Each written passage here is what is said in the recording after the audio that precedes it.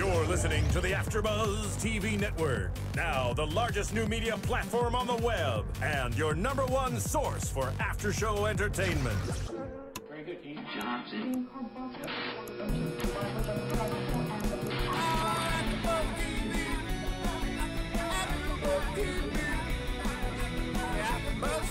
the AfterBuzz Studios in Los Angeles, California, presented by Maria Menounos and Bing.com, and streaming live thanks to Akamai Technologies, this is AfterBuzz TV Scandal After Show. We'll break down tonight's episode and get you all the latest news and gossip. If you'd like to buzz in on tonight's show, you can buzz us at 424-256-1729. That's 424-256-1729.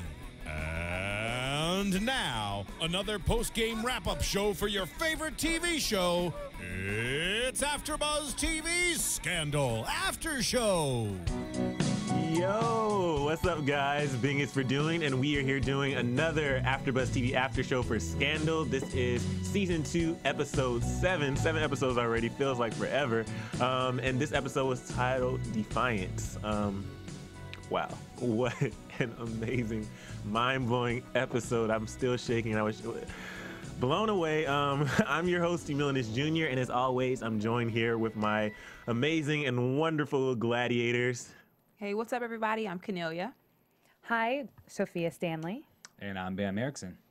And we are going to start with Scandal Pace. Now, we had a caller earlier. I don't know if they've called back yet, though.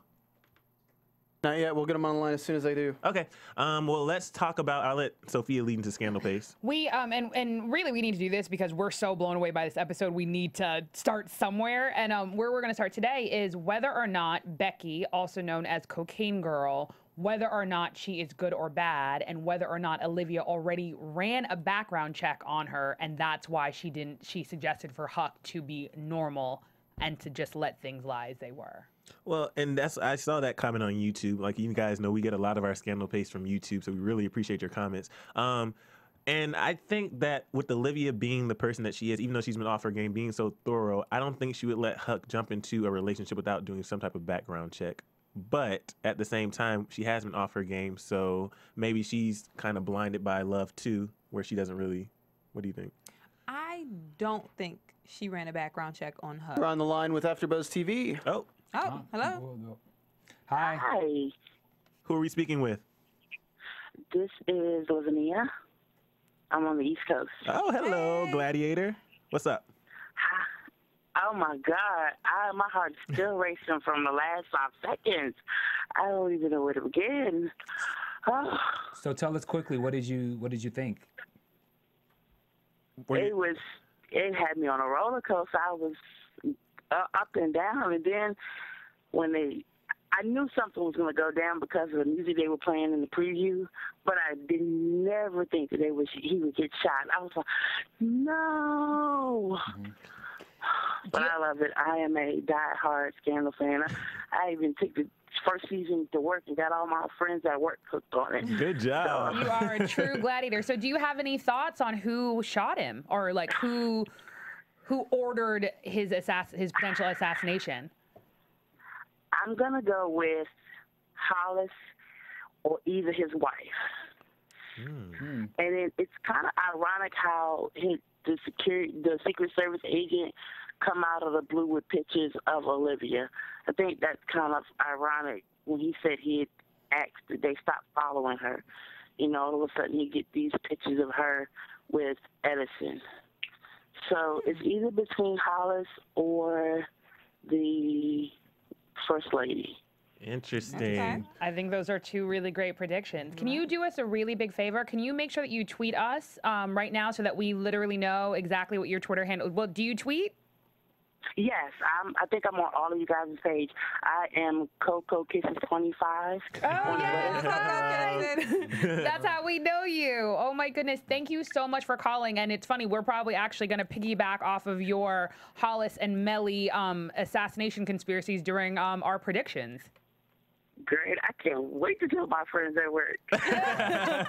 Thank you so much, Gladiator. All right, you guys have a good one. You too. Stay tuned. Bye-bye. All right, that's our scandal pace. And if you want to continue the conversation about Cocaine Girl and Huck, we can continue that online. But let's get into our first topic, which was Harold Pierce, who is this, they call him the eccentric billionaire because he owned this company and his son was worried that he was going crazy because he was dating this bimbo. And they weren't sure what was going on. He's driving around the house on a motorcycle, and they wanted to get him checked out. So we have Harrison and Abby go to the judge, and she says that he needs to get a psych evaluation. And then as the story progresses, Harrison and Abby are starting to get closer and closer. And then we have a moment where Harrison, I don't want to call it a slip up because there's nothing they can do. They called a doctor. The doctor was actually a minister, doctor of theology. And then they got married, so they couldn't do the psych evaluation. They still monitored.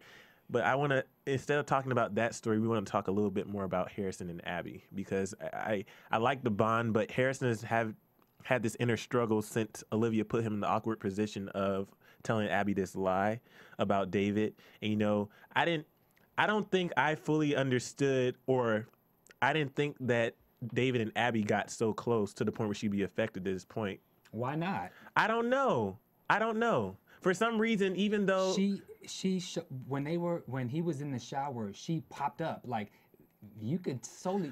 But with Abby's motives to get information, I could see that as it just being not saying that she was strictly in that relationship just to get information, but there was a little bit of her who was more cautious, saying, okay, I'm just here for business, a little bit of pleasure.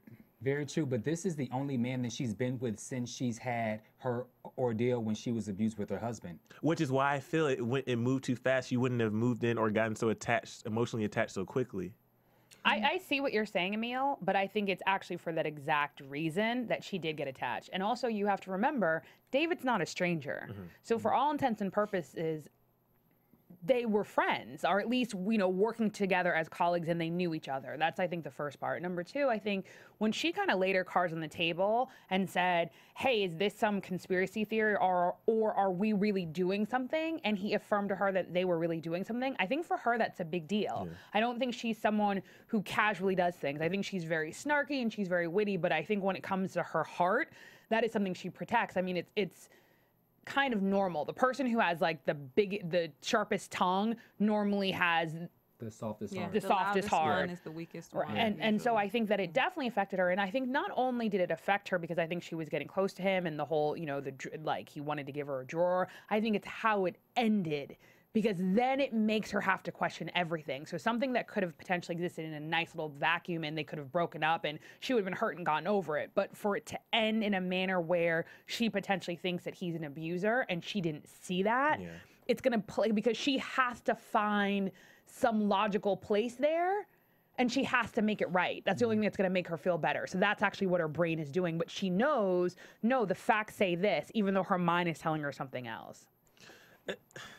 I agree. Yeah, but I think that's exactly why the dynamic with her and Harrison is intensifying, because Harrison can feel it. And because Harrison has been put in charge, he feels that not only was he the person to deliver the blow, he then feels like he has to make it better. Right. And And then also, just to piggy off that, also, Abby was in she was in a state of mind where she felt like she had no one to go to. Olivia wouldn't answer any questions, and you know, her and Harrison, you know, they weren't extremely close. They worked and had to go check out cases together, but they never really had like a bond until after this situation. So by her now being intimate with someone and they could share their information, you know, pillow talk, she felt comfortable with David. And so you know, for me, that's why I felt she totally fell for this guy. But this is my question, jumping ahead. Because now Harrison had to do what he did, and now in her face, he's this, you know, this shoulder to lean on. He's this, you know, this even stream. And then Olivia, to her, in her face, is, you know, this other shoulder to lean on. What's going to happen when Abby finds out that both of them had something to do with it? Is she going to run back to David? Or she'll be killed off. What, you know, like, because like what's gonna happen? Because she will find out, and now it almost makes me cringe when I see them playing like the innocent side to her face. I know they have to, but I'm always like, oh, because it's just gonna make it that much worse, and it's gonna make her feel that much more betrayed. Well, think about Quinn, how she's gonna feel when she finds out. Oh, her. Oof. When she finds out, I mean, she's getting clues. So once she finds out that Huck and Olivia, I feel like, but you made a good point. The thing is, it's as part of them protecting these people. It was for a greater purpose. It's not that they were doing it just out of hatred or to abuse them or whatever. It's to protect them. For Abby, she was putting herself in a situation where we see at the end of the episode what can happen. Like, Abby was putting herself in a situation where she's not just dealing with the normal cases. She's dealing with powerful, dangerous people like Hollis Doyle who don't care about little Abby from Olivia Pope and Associates. So in the end, like, I understand, you know, it is hard to see them like smile to her face and treat her like she didn't. What's up? No, keep going. I was just saying, I understand where you're coming from. At the same time, it's for a greater good. Well, and I agree, but it is for a greater good, but Abby will never know completely. She will never know the complete story. Like, she won't know. Well, maybe we don't know what Shonda. We don't know what Shonda has in store, but I don't really. I'm wondering if Abby will ever be taken to the point where she will see that if David would have kept digging, this would have happened. It would have linked back to the whole Defiance thing, and then the polls, and then Quinn. Like, will Abby see the whole story, or will she just get a piece of it, which she won't understand? My bad. What? And maybe that's where her character arc is going, though. I don't know. I'm waiting to see what's gonna happen with this, because now I feel like Harrison, especially Harrison, he's so invested in this situation. When it blows up, he's in the middle. He's in the middle. I don't know. I don't know. It just makes me so nervous. But I think at the same time, and I think that this storyline is extremely important because we have been going in really hard on Olivia. And I think that Olivia, you know, represents that strong person where she always has to be strong for everyone. And, you know, if she gets it right, we're like, okay, woohoo, and we move on. And if she gets it wrong, we kind of pounce on her.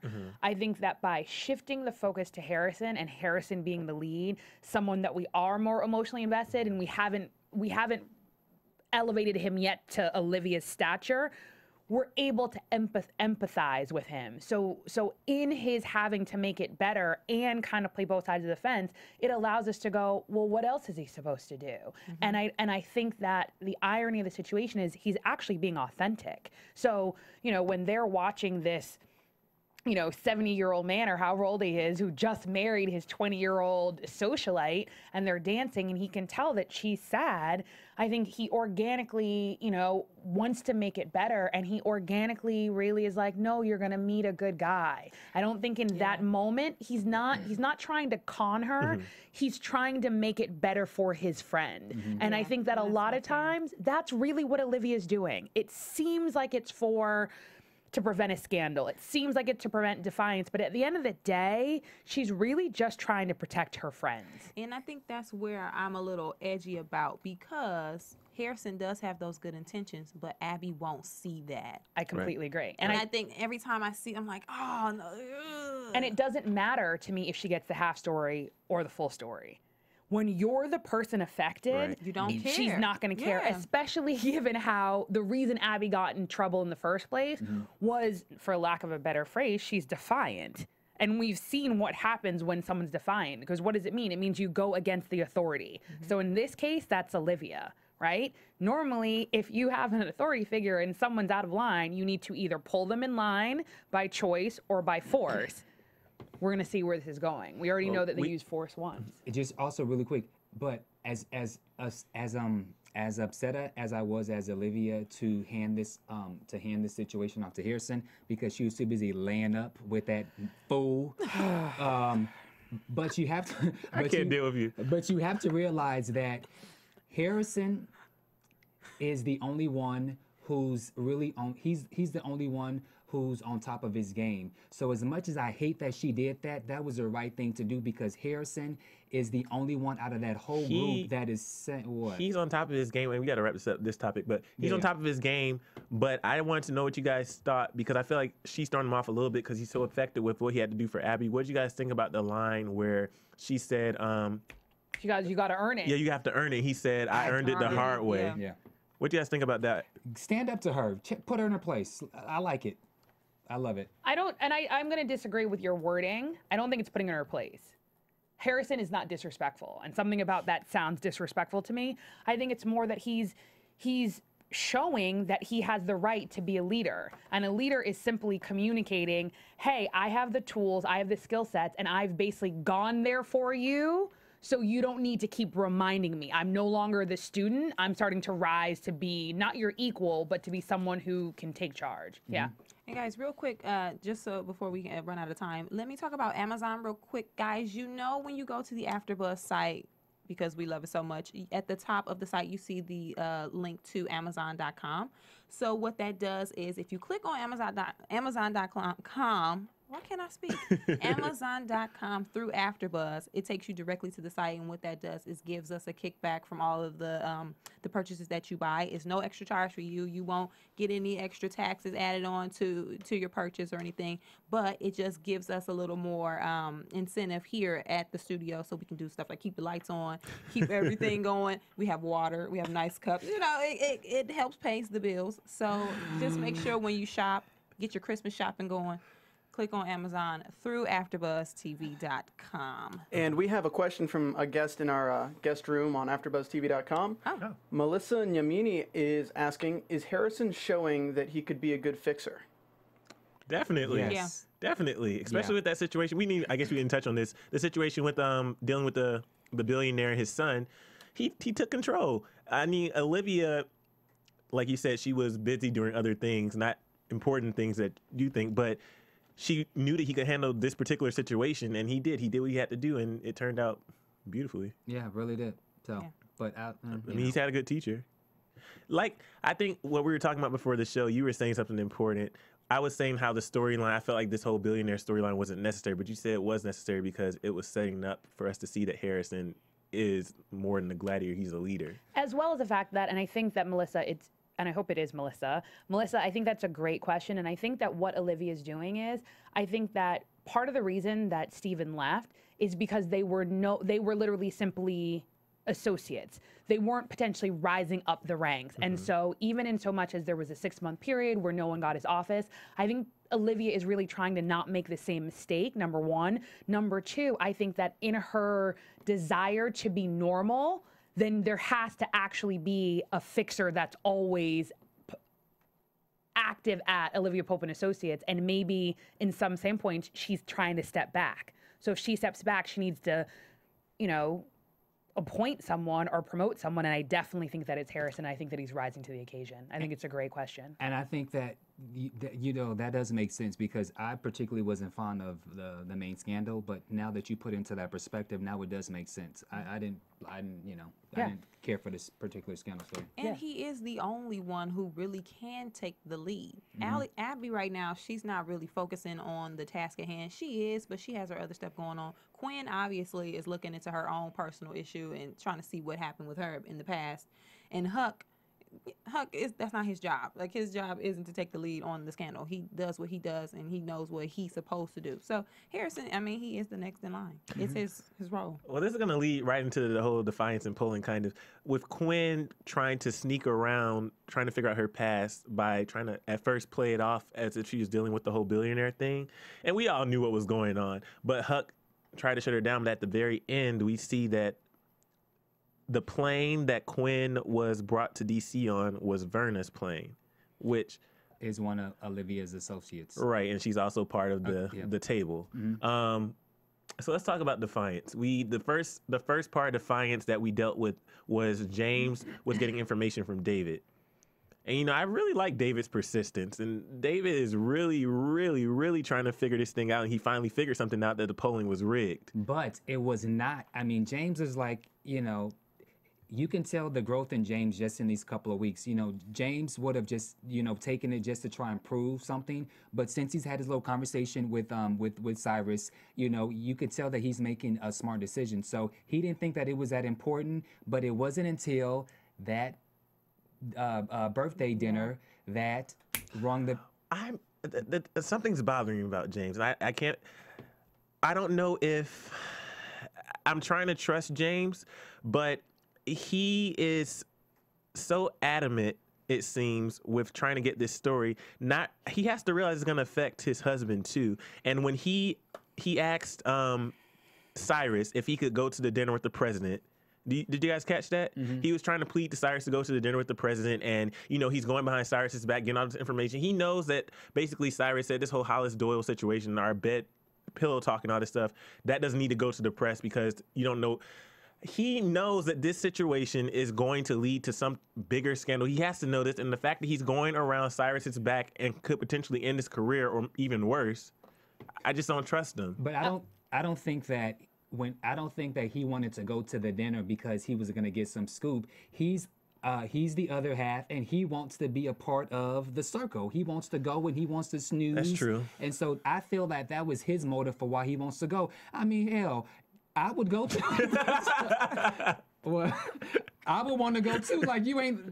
Am I for real? No. You have to put me in check, though, because I forget that is the President of the United States. I forget stuff like that. I would go. Exactly. We all would go. If you're listening, we would all go. But I think that it's very easy to forget is that James is a reporter. Yeah. And by nature, how do we say it? Reporting...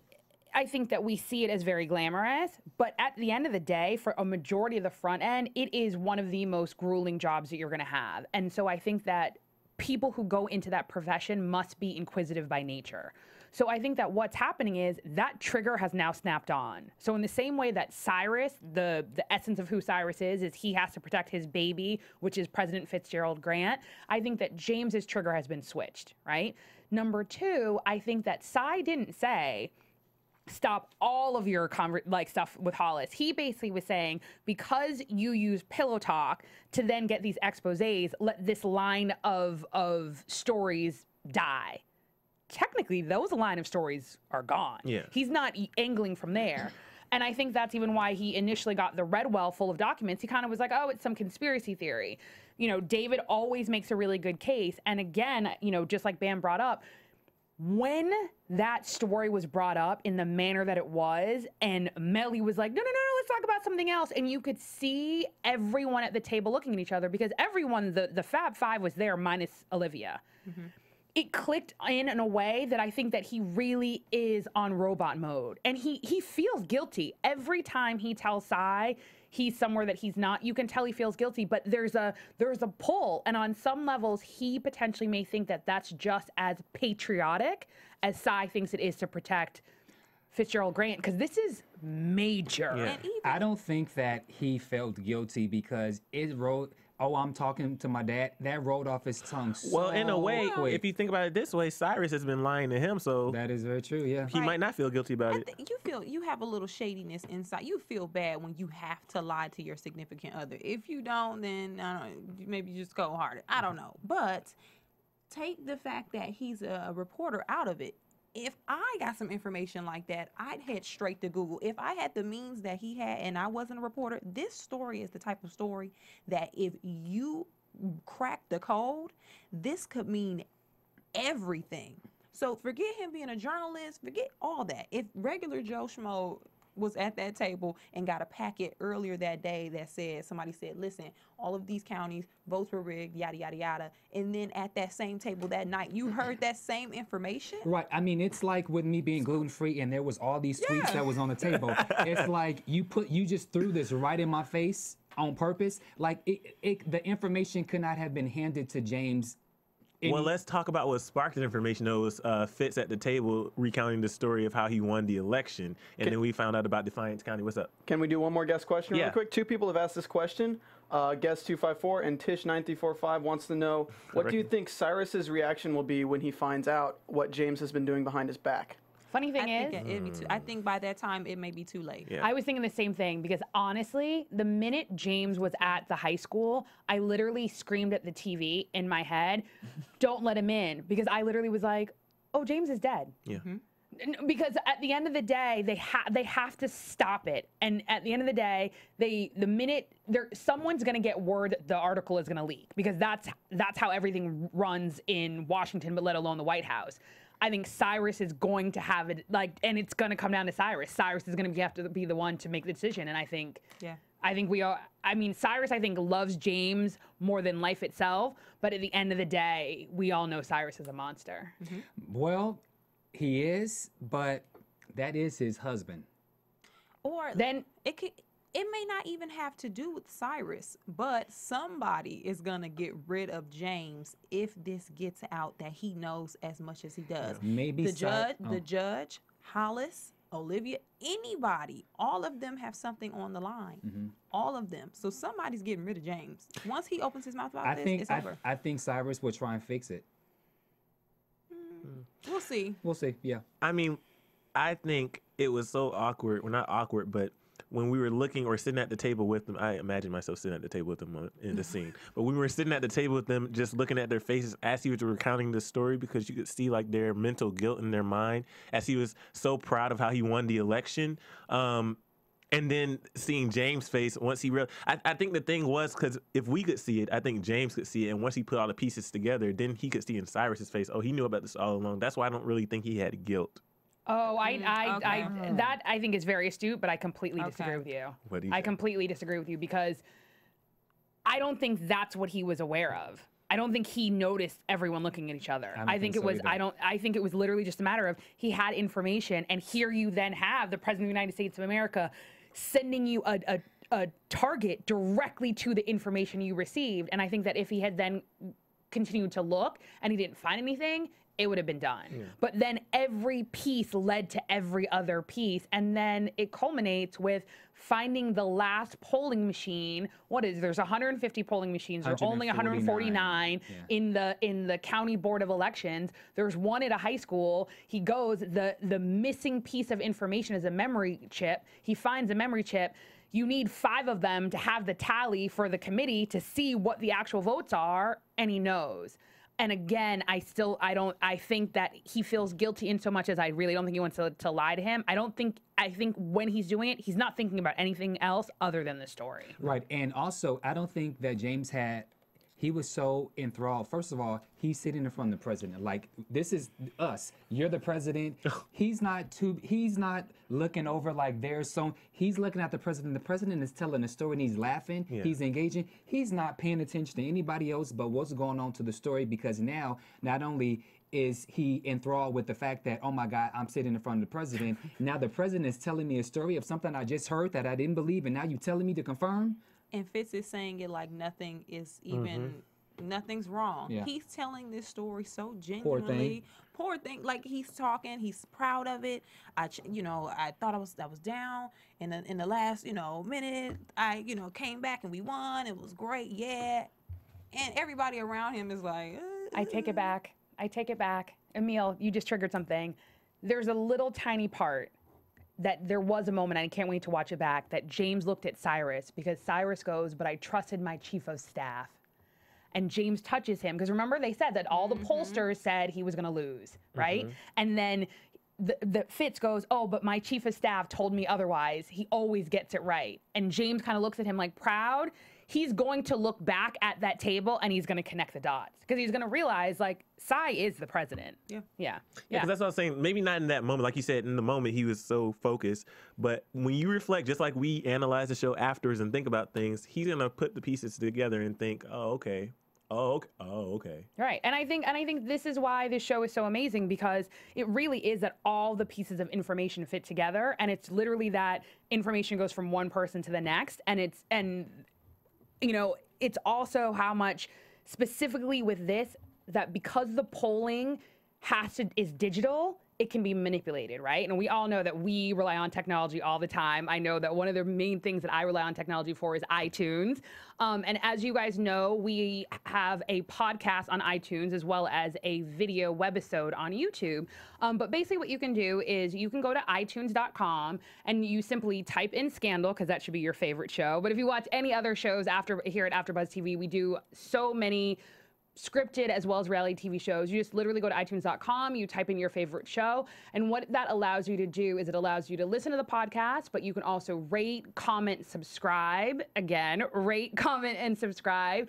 And we literally go on there almost every day. We love to hear your comments. It helps us do a better job. It helps us formulate Scandal pace. And it, more importantly, it helps us really think about gladiator theories and gladiator conspiracies. So again, make sure that you go to itunes.com, you rate, comment, and subscribe, and tell a friend. You have to tell a friend. And I just learned the other day, I don't have an iPad, but Emile does, and you can literally go on, and I think it can be on either Apple products or non-Apple products, and they have a little, an application where you can organize all of your podcasts. So you can be in traffic, or you can be on the metro or on the subway for some of you East Coast gladiators, and you can listen all the time, right? That's what we do. So again, go to iTunes, rate, comment, subscribe. We love you, gladiators. Thank you so much.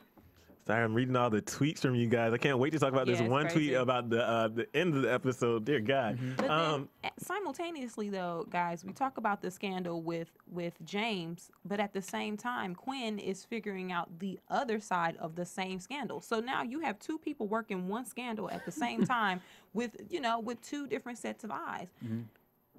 Quinn, so focused on trying to find out what happened to her, fell on the information that now ties the judge in with her scandal. So before, she was just wondering how she got from point A to point B. Yeah, how did they beat the case? What's really going on? But she never knew who was involved. Now that the judge is involved, this links it back completely. And let's say this information that James has does come out, then it's going to give her more to look into, because now this big scandal is going to tie back into, for her, what she's looking into. This is crazy. I can't. This is my thing with Quinn. I'm actually kind of irritated with her. And the reason being is, her only question should be, did Olivia set me up? If Olivia didn't set her up, she needs to stop. No, think about it, right? Because I actually personally don't think Olivia set her up. I think that she somehow ended up into it, and because she was an innocent, Olivia was like, I need to protect her. If that's the case, she needs to, again, stop. You are dealing with a spy. Yes, he's your friend, but he's a spy. He drugged you once. At the end of the day, what do you think is going to have to happen? Are they really friends? I think they genuinely are. And I think they genuinely are friends. But at the end of the day, I think it's irrelevant. So Quinn needs to think 2 steps ahead. And what is she going to do? So you just literally said that the Supreme Court Justice of the United States of America is involved with an explosion that killed 7 people. Because that's really the scandal, as she knows it to be. Stop and think. Olivia needs to come back and give her the same speech that she gave Abby. I asked you to stop. Now I'm requiring you to stop, because what's going to happen with Quinn now, the same thing that she had to do with Abby to get her away from David, she's going to have to do something similar to get Quinn off of her back. I have to play devil's advocate.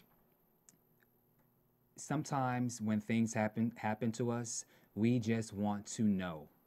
And she has a right to know that, because her life has changed, and she wakes up and she wakes up and she has this whole new identity. Now, what I thought was interesting is when she went to Huck and she said that that there were 2 people, that there was 2 people on the plane, and she said that I think the 2 people were myself and you.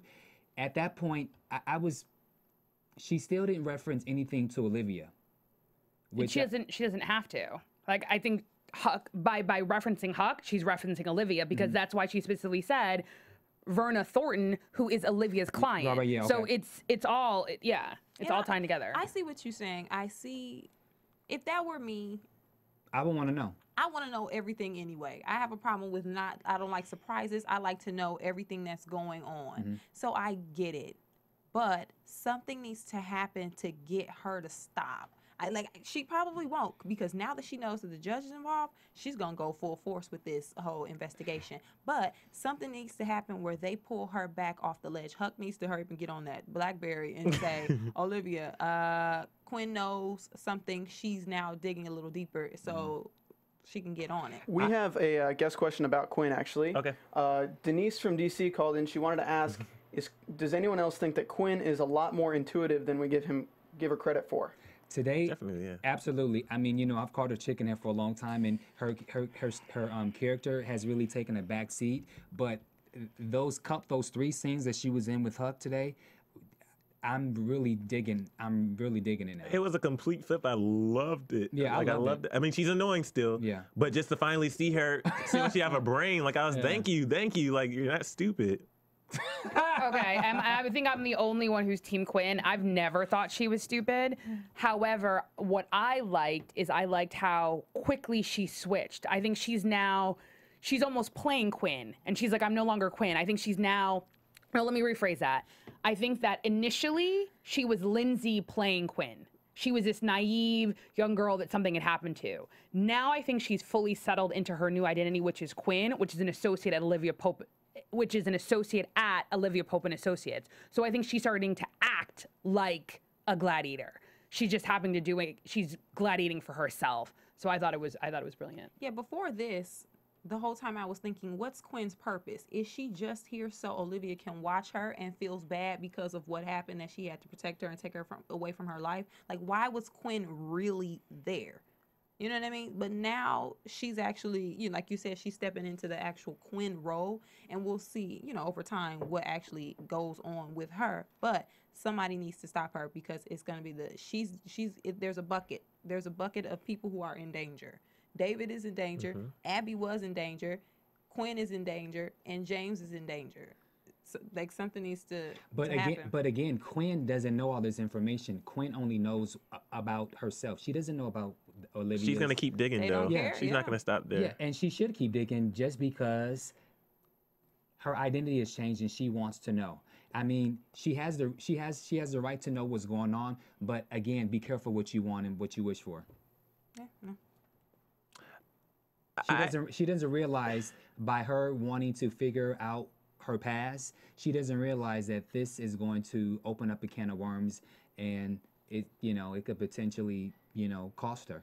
And to Quinn's point, in her defense, nobody has really told her to chill out with this, because just trust me. Like, she knows.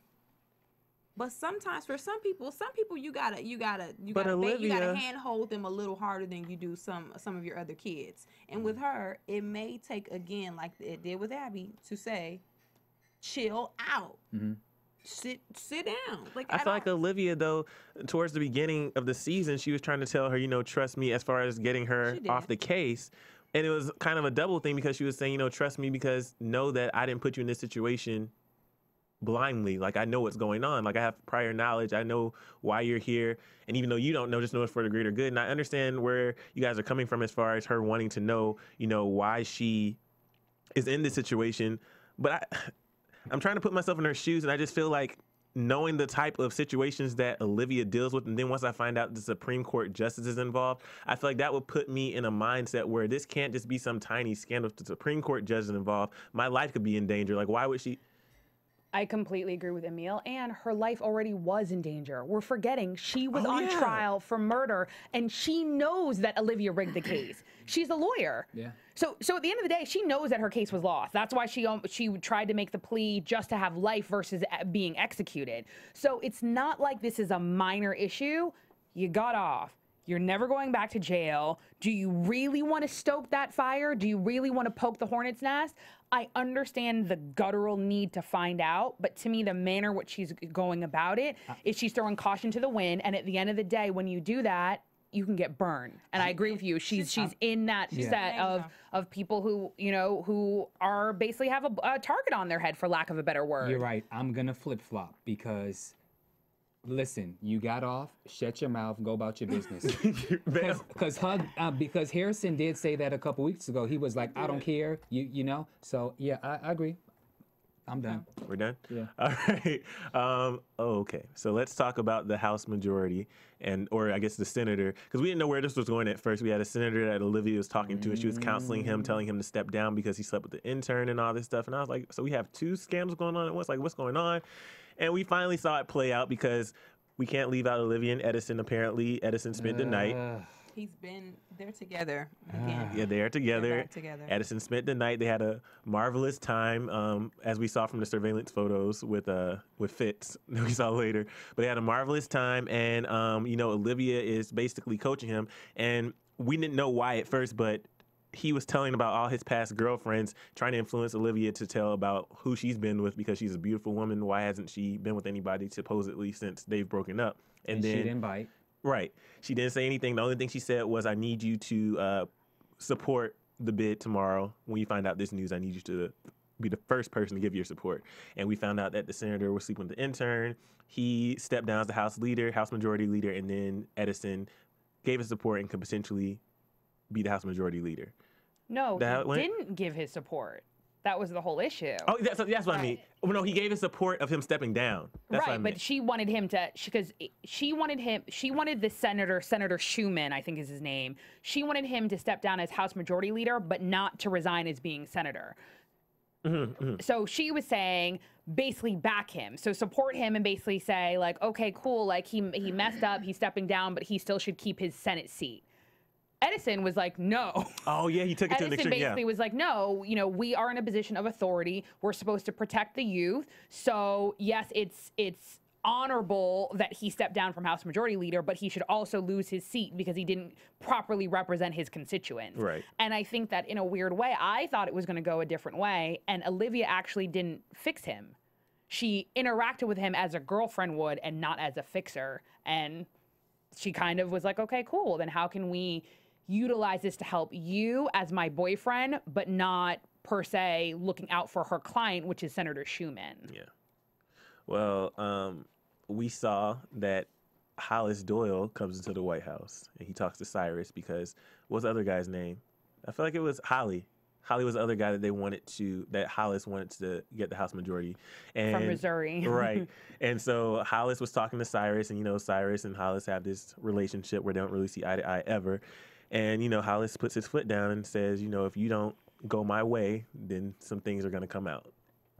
Which we know, I understand Cyrus is a bull, but you just don't mess with Hollis. And I feel like he's stepping on a thin line. Obviously, we see by the end of the episode, but Cyrus is stepping on a really thin line here as far as how he treats Hollis. Hollis just doesn't give a damn. Do you? Hello, my microphone is on. Do you? I'm gonna go in there and fix it for you. Mike. There's some people who care about what they're doing, and there's some people who get hold on, guys. We got some technical issues. Hold on, guys. Everybody say hello to our engineer, Steven. Oh. Mic check. Okay, mine's on. Well, while we're waiting, so she was saying that Hollis doesn't give a damn, and he just doesn't care about what people say. I'm just gonna slide this over so you can continue your conversation right quick. Well, guys, can you hear me out? Guys, can you hear me? I was saying, Hollis cares about Hollis. There's some people who get a real rise out of hurting people and using their power. Hollis, he's an aggressive man. So, he wants to make sure everything is cool as far as covering up the scandal. But Hollis gets a rise out of pulling his weight. Like, he likes that. And that's why he feels like he can just barge in everywhere and flex his muscles and say, you know what, I'm going to take care of it. Do this, do that. Hollis likes that. That's why didn't we name him like top villain? Was he even on that list? No, he wasn't. No, he wasn't on the list. Yes, he needs to be. He's definitely on there now. And it's funny, and I actually happen not to know the answer to this, so hopefully, by tomorrow I will, or possibly people in the Twitterverse will. I don't know what the punishment is for election tampering, for poll tampering, right? So that's number one, right? Let's just real quick surmise. Let's say it's 5 years, right? Hollis Doyle is probably the richest oil man, let alone one of the richest CEOs in the United States of America. So if the punishment is potentially 5 years, you have a really great attorney, you're really wealthy, maybe he does a year, 6 months in a cushy little hotel, golf course style prison. He's not scared. So, because there was a moment when he was like, I'm going to topple this house of cards. And Cyrus was like, no, you don't. No, you won't. And I was like, no, he can't because he'll be implicated. I don't think that scares him. My thing is, and I guess I'm going to go gully this season, kill him. It's that simple for me. No, seriously, like Hollis, kill him. Set up some car accident. Like we all know, and I know I don't know Hollis, but we all know he drinks too much. He's loud, he's rowdy. No, seriously, go have Huck or someone follow him to a bar, put something in his drink, let him get in a car, you fix the car, he goes off and he crashes and he's done. Because Hollis is wielding way too much influence and power, and at the end of the day, all of those people, they have too much to lose. When you have 4 against 1, those are good odds. You're giving him too much power. By not actually putting him in line, you're giving him too much power. Question. What's up? One of the richest men in the United States, you think is going to be that easy just to kill that man?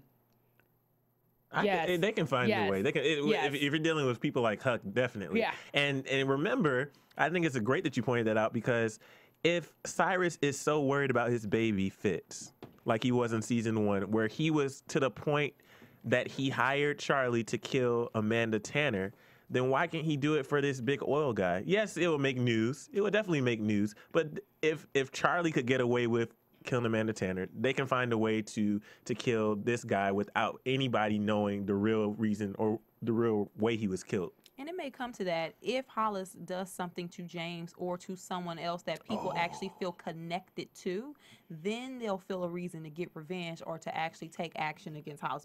But as of right now, Hollis hasn't hurt anybody close to them. He blew up the building. Yeah, that was messed up. But for them, that didn't affect their personal life. Once he steps over that line and hits them in their personal space, then I think they'll do something with Hollis. But until then, he's going to walk around like he owns the joint. And I think that's a problem because too much information is going to get out. And just like Kennelia said earlier, I think Hollis likes to inflict pain on people. So you don't know what type of plan Bs he's setting.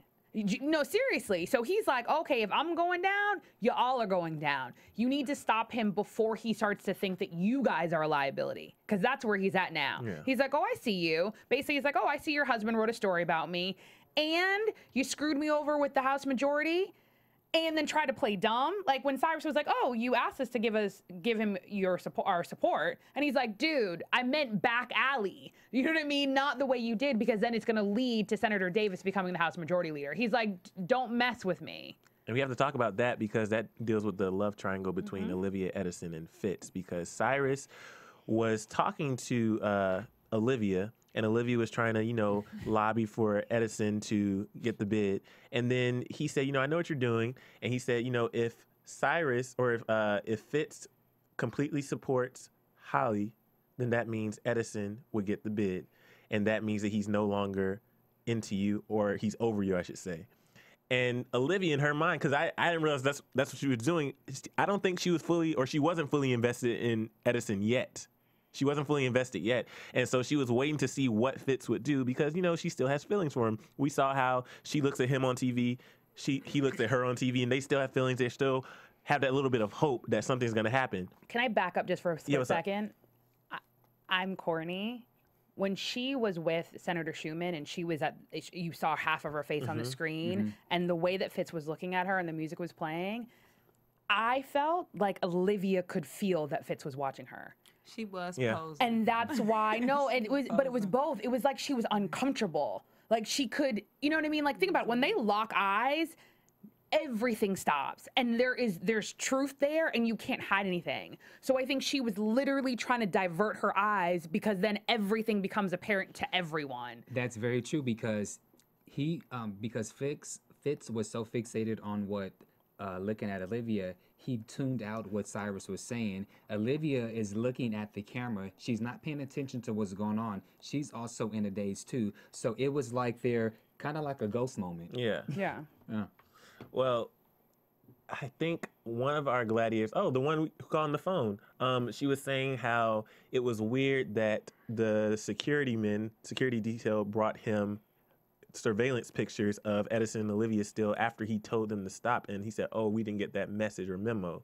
Do you guys think there's something behind that, or because she was saying she thought there was some type of ulterior motive? Maybe Melly is the one behind the surveillance photo, still getting to Fitz to be that thorn in Fitz's side to say she's moved on.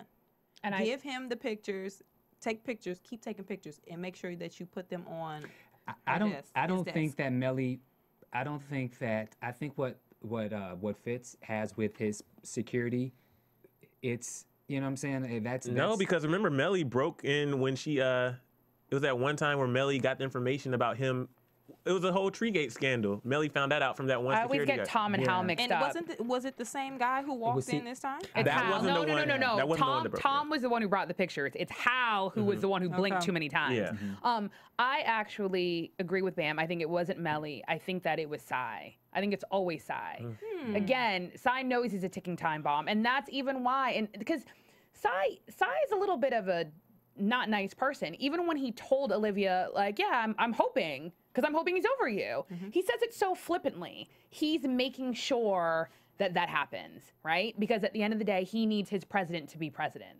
So I think that's who kind of, did the end run. What I was actually surprised about, I was surprised that the president still had her under surveillance, because I was talking to people, I think on Twitter and on YouTube. I really thought it was Cy 100%, but realizing that it was both Cy and Fitz. But I think the last envelope, that was definitely Cy. That would make sense considering that happened after Cy saw how the president was reacting to her on the TV. He could have had that as a plan, saying, "Oh, I just need you guys to give this to him now. I know he's stop, and I know I had you guys keep going, and we're going to use this for emergency situation, and we have an emergency. I need you to go in." I think that. Go ahead, Bamm. But that scene, as he's flipping the papers, the pictures, that kind of got me. I have to say, like, I think it got all of us. And then he was crying. Let's keep it real. I mean, he was crying. The poor man was hurt, and I was just like, oh, Olivia, what? Because. Again, I'm for them. No, and it sucks. Yeah. They had pictures of them in the bed together. Yeah. It wasn't just, it wasn't just pictures of them meeting. Yeah. She was, at his back. They were smiling. Then it went to, them getting dressed together. Then it went to in the bed. That's real. It's hard to see. That's hard to see. And I think that more importantly, it's in her apartment where he's only been once. That's true. Only as far as the living room on the couch. Again, it's that perception of intimacy that he knows he's never had. And it's funny because I was extremely conflicted because I think, as we all have said, the scene was amazing. Tony Goldwyn was just the way, the harshness, and it was almost like he was forcing himself. Like he was saying, I have to get over her, so I have to almost wrench out my own soul. But then there was a part of me that was like, this isn't fair because he's not actually with Melly, right? Because I was conflicted because I was like, okay, he's married. She needs to get on with her life, right? But I think that there was some symmetry in the fact that they were both miserable. Yeah. They may not have been with each other, but they weren't with anyone else. So it was almost that they were maintaining in limbo. And as long as they did that, their love still had a place. So I think for him having to see her and to see her actually, in his mind, look happy, I think he felt conflicted, but I think that's why he had to, I think he loves her that much, that if that's what she needs to be happy, he's more than willing to do it, and he will do everything in his power as a man to make sure that that happens. But let's keep it real. Let me just get on Olivia real quick, and I'll be done with it.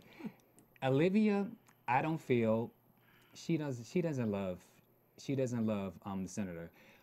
Well, no, I think maybe she probably has love for him. Yeah, she has love for him, but in the very beginning, when like in a relationship, when a woman asks a guy certain questions, you are to answer those questions, or that's your.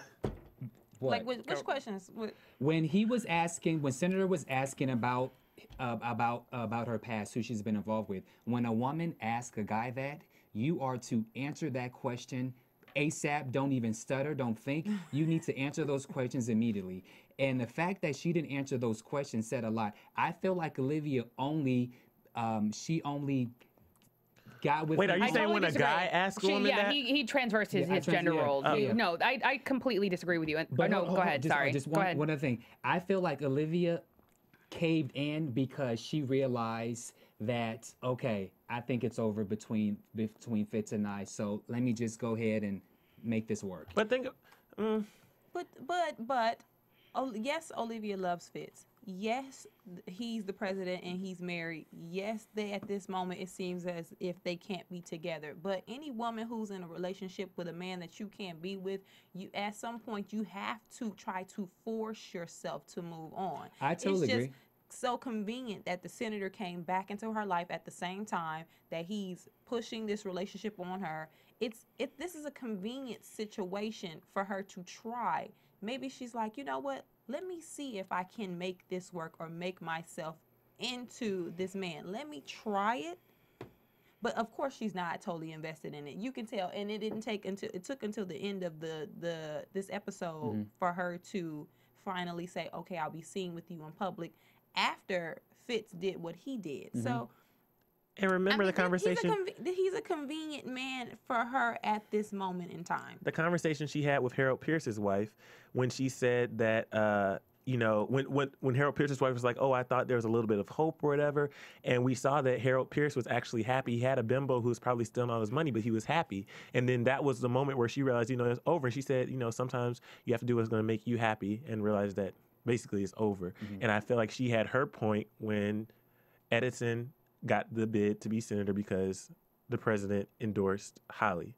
And, maybe she doesn't fully love him as much as she loves Fitz right now, but she has to give it a try because in her mind, she can't really go back to Fitz. Yeah. Because he's moved on completely, in her mind at least. Yeah, and I think that also what it's easy to forget, I think there are many layers of love. Yeah. Right? So I think, does she love him? Yes. I mean, she was engaged to be married to this man, even though I actually don't detest them, I think, as much as other people do. Yeah, I don't. It's just little things. It's even like the way he said, oh, that last person must have hurt you like so bad. Yeah, that was cold. It was cold. So there's those little things I don't like about him. But I think that there's a big difference between the love or whatever feeling she has for the senator versus the fact that Fitz and her are soulmates. So I think that the two can't even be compared. Like, it's that simple. Like, their love, when the judge says they breathe in sync, you kind of can't compare the two. And I think that leads into the fact that she's really trying to be normal. I think she yearns for that, because if she can't be in sync with him, then her only other option is to be normal. And I think that if you compare her relationship with Fitz to the senator's previous relationships in terms of the fact that you're like, you need to answer the questions, I think that's bullshit. Or sorry, maybe I can't, my bad. That was a slip. I apologize. That was Sofia swearing. Because the senator's relationships were fillers. That's why the way he was talking about them, he was like, oh yeah, she didn't like to read. Can you believe it? She actually said she didn't like to read, and the other one liked to read, but blah, blah, whatever. That's people like, he barely even remembered their names, right? It is obvious that if you don't want to talk about someone, that it was serious, and it was either serious because it was that amazing or it was that painful, or both. On some levels, a man who was as intimate as he presumably was with Olivia needs to ease off just a little bit, because she's still healing. And he knows that. That's why he's pushing her. He's been pushing, knowing that there must have been something where she needed to heal. I think the way she handled it at the end of the episode was as she should. Certain things are none of your business. But I'm going to tell you, yes, it was serious. He doesn't have a right to know that just because he asked the question. But yes, does he have a right to know that it was serious? But he has a right to know that she's all in. He does. That's what she needed. That was the conversation that needed to be had. Yeah, she needed to do that. If she wouldn't have done that at the end, then for him, it should have been red flags, because she keeps dodging it. Like, what, you don't want to be seen in public with me? Like that. I know she said she played the political card, but when you don't want to be seen in public with a man, to some people it says, so is the man that you were dating going to be there or going to see us? And if so, tell me, so I won't be blindsided when we bump into this man and you're googly eyes over him and I'm standing here with a glass of champagne. Well, we'll disagree on this one, so it is what it is. We have to address the big issue before we run out of time. Yeah. So we have Melly, who is planning this gala for the president, his birthday gala, and she's all gung-ho about it, and she tells him, he says, I don't really like surprises in these events. She says you can't always get what you want. So we have that, and then they do the dinner, And then, you know, after Olivia says to Edison, I'm all in, she decides to go to the gala because obviously she doesn't have anything to worry about with Fitz because it's over. She looked so good. She looked freaking amazing because we have to talk about, she finally straightened her hair. And I know I said immediately she looked like 10 years younger. And You are so incredibly beautiful. seriously. And the dress she was wearing, like, she looked stunning, like absolutely stunning.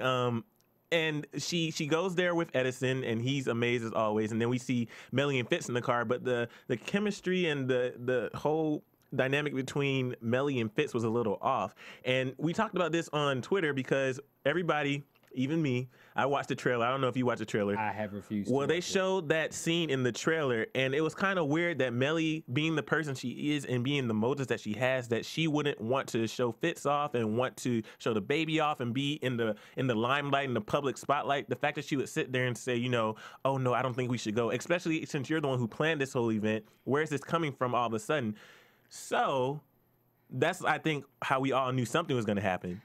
But I don't understand, or I'm a little confused as to, not confused, it makes her a suspect. For me, no.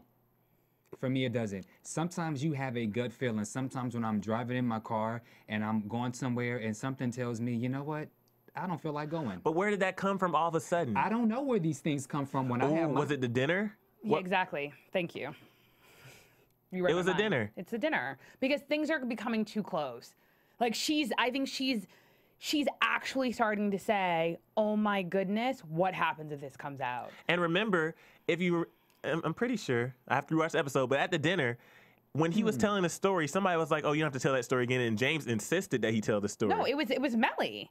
Oh, yeah. And James insisted that he tell the story, and knowing she was the one who leaked the information about Hollis, knowing that James is so adamant about getting the top story, if he finds out that information, he's no. Melly was the one that was like, no, it's fine. Like, she didn't want him to tell the story. Right. Yeah, is that what we said? Yeah, that's what I mean. Like, so now knowing that she doesn't want him to tell the story, and then James was insistent, knowing that James was a reporter and all this stuff, and he could potentially figure it out, and I think that might have sparked a little bit. And then the fact that,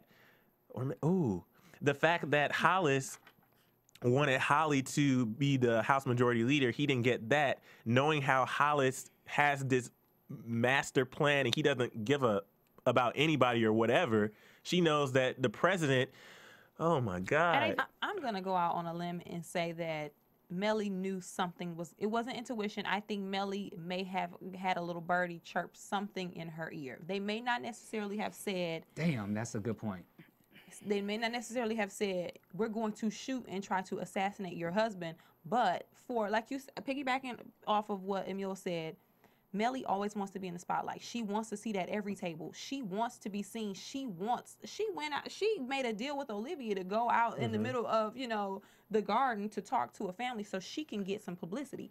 Melly wants her shine. So for her to be in the car, like, a little iffy, to me that says Melly knew something was going down. It wasn't that she just had a bad feeling, but somebody along the way told her, you better watch your back. Your husband better watch his back. That's why I think that she didn't want him to get out of the car. That's a good point. But I think I think also it would have helped maybe if she would have faked it a little bit and said, something like, oh, the baby's, you know what I'm saying? Well, that's what he asked her too. Is something wrong with the baby? And she could have played that off. Yeah, and she didn't, yeah. What are you going to say? Oh. I just don't think, knowing Melly and her history with wanting to be public and wanting to be seen, that was weird. I think, like you said, to me, Melly's a suspect. Okay. She may not have known exactly what was going down. But she knew something. But she might have known something. Maybe not, but that's just what I get she may be an accomplice.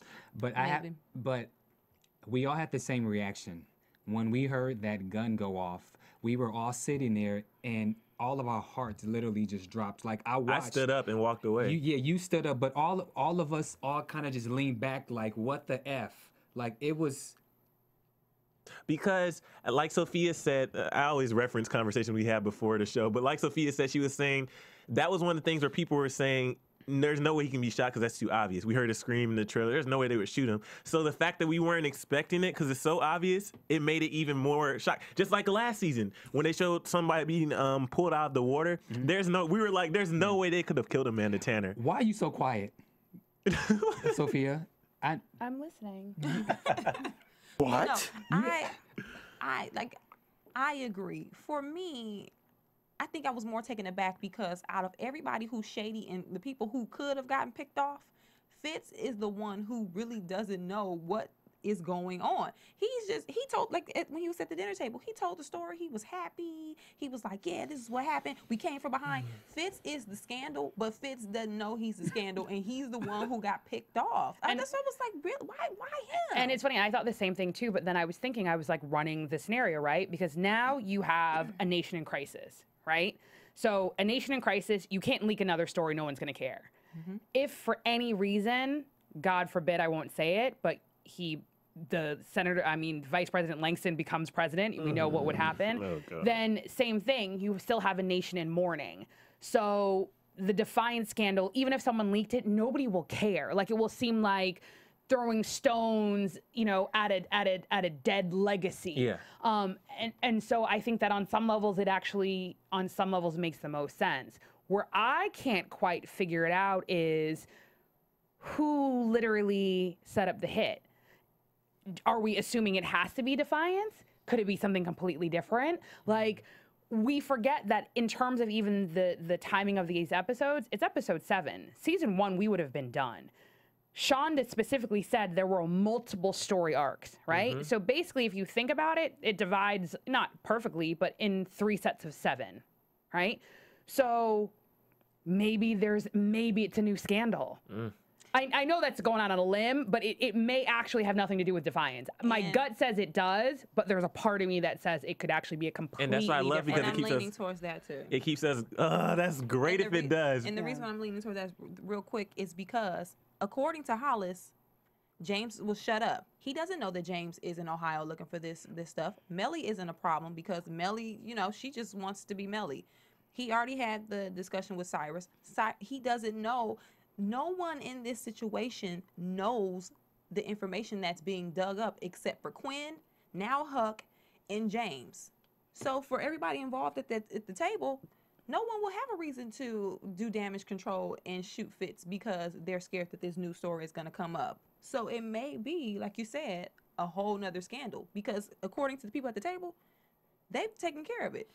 They're on top of it. I can't handle it. Yeah, as well as the fact that, and I'm going to go back on myself a little bit, when Melly first sees Fitz for the first time after 3 weeks, and she's like, you didn't even call for 3 weeks, and she goes, you know, I thought you were dead, like wishful thinking. Melly's rude, but Melly doesn't slip.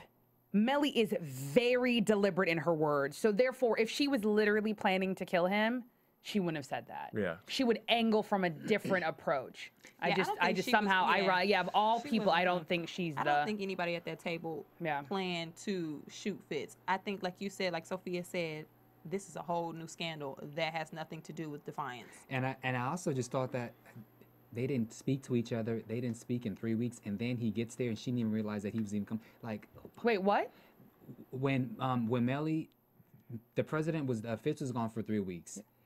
Not a call, not a text. I mean, that's normal for them. That actually didn't surprise me. They don't like each other. Yeah, they're over it. Someone in our chat, Loney Renee, says that Millie's endgame looks better with an assassinated husband rather than a living husband that will throw it all away. That's brilliant. That's brilliant. And no, that's actually brilliant. And it actually ties in. Did you notice that she dressed differently this episode? She wasn't at that whole 70s. She was back to her normal self. That actually is brilliant. Oh my God, a fallen president. She's the first. Oh my God, that's great. That's brilliant.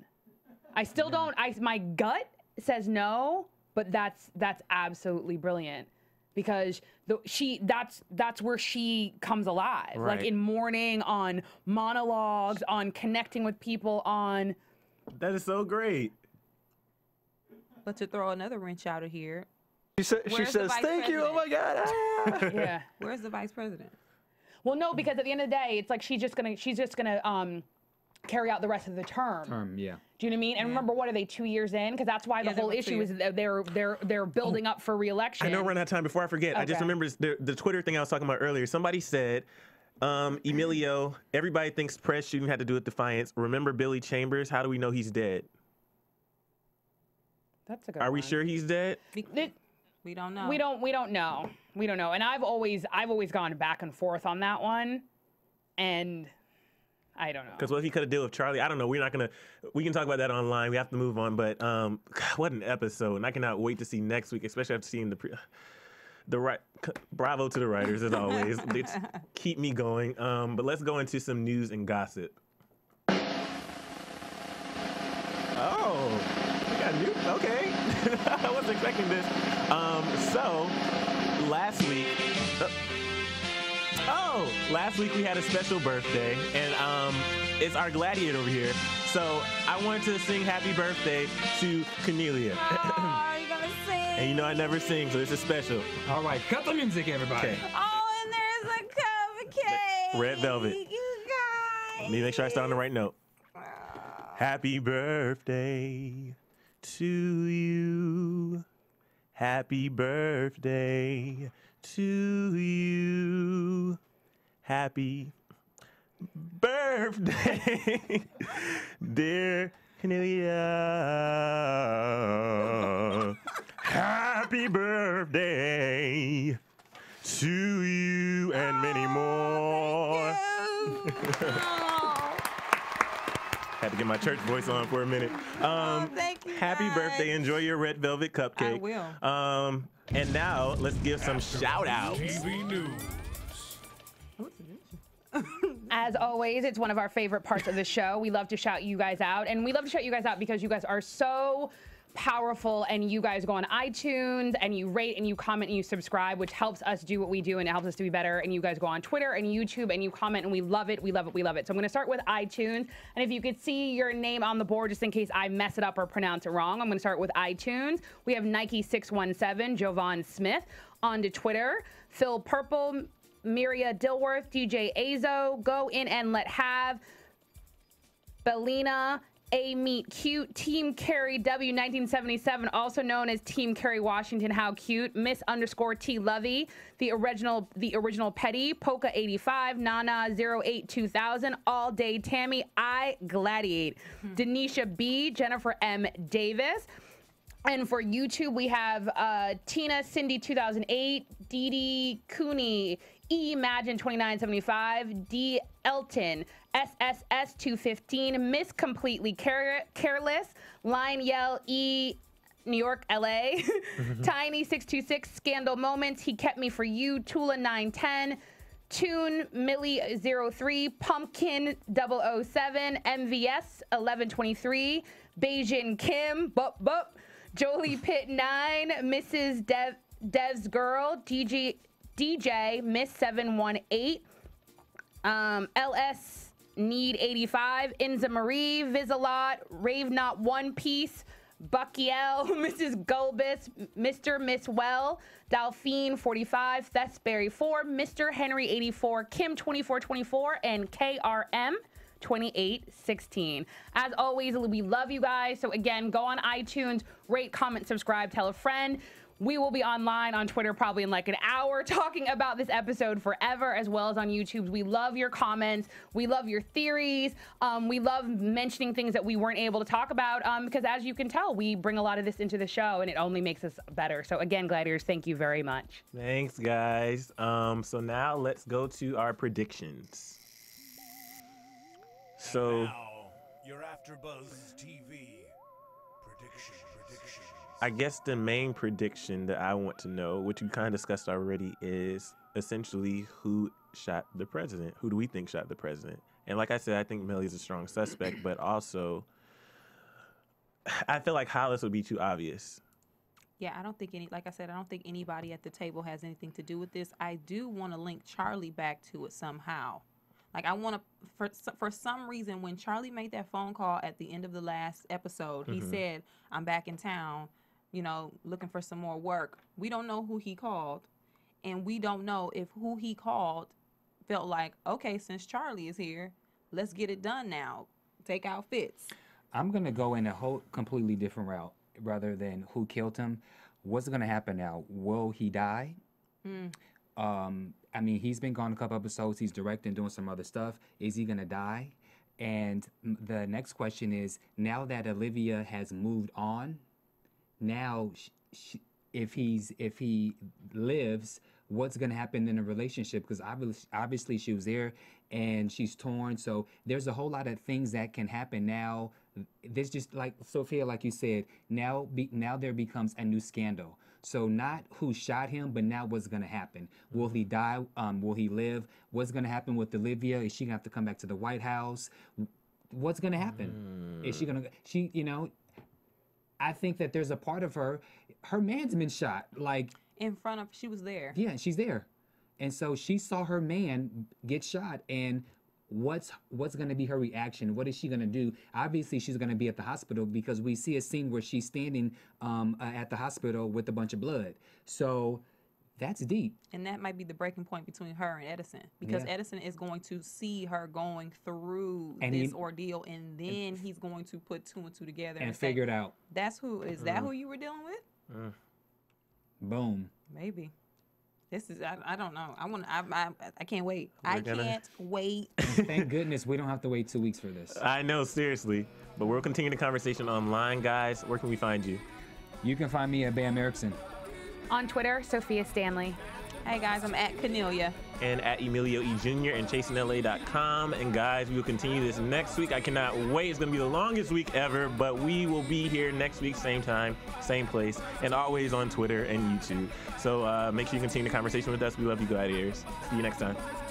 From Bing.com, executive producers Maria Menounos, Kevin Undergaro, Phil Svitek, and the entire AfterBuzz TV staff, we would like to thank you for listening to the AfterBuzz TV network.